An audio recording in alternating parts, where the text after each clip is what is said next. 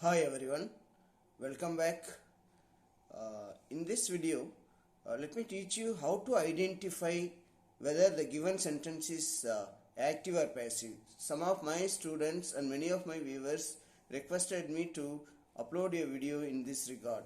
Therefore, I would like to teach you how to identify whether the given sentence is in the active or passive. It is so simple. So, in the question paper, you are asked to change the other voice.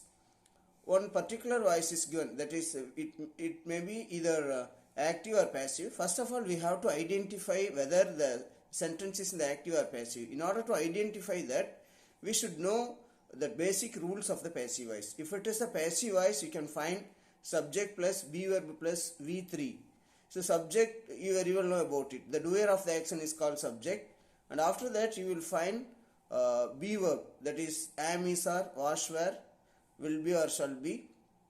In some cases you will find be, being, been. These are all called as be form verbs or helping verbs or auxiliary verbs, because they are doing the job of helping verbs, and it's very easy for you to identify with the help of this language formula. For instance, the room is being cleaned. How do we identify whether the sentence is in the active or passive? You see, the subject, the room is given. After that, you can find one be form verb, is being and cleaned. If it is an active voice, you cannot find be plus V3. For example, he wrote you a letter. So in this sentence, SVO, subject, verb, object, but there is no be form verb here.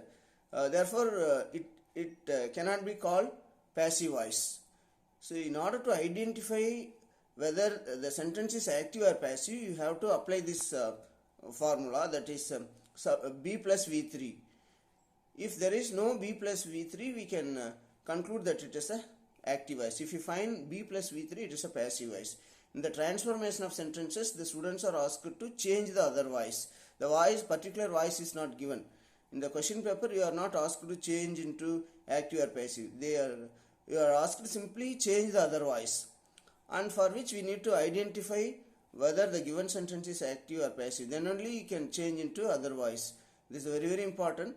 Many of the students are unable to identify the sentence whether it is in active or passive. Without understanding this, they simply try to write something. At last, it will be incorrect. So this is a very, very important thing. Subject plus B plus V3. This is very important thing. In all the examinations, especially from 6th to 12th, in all the classes you can find that active and passive voice.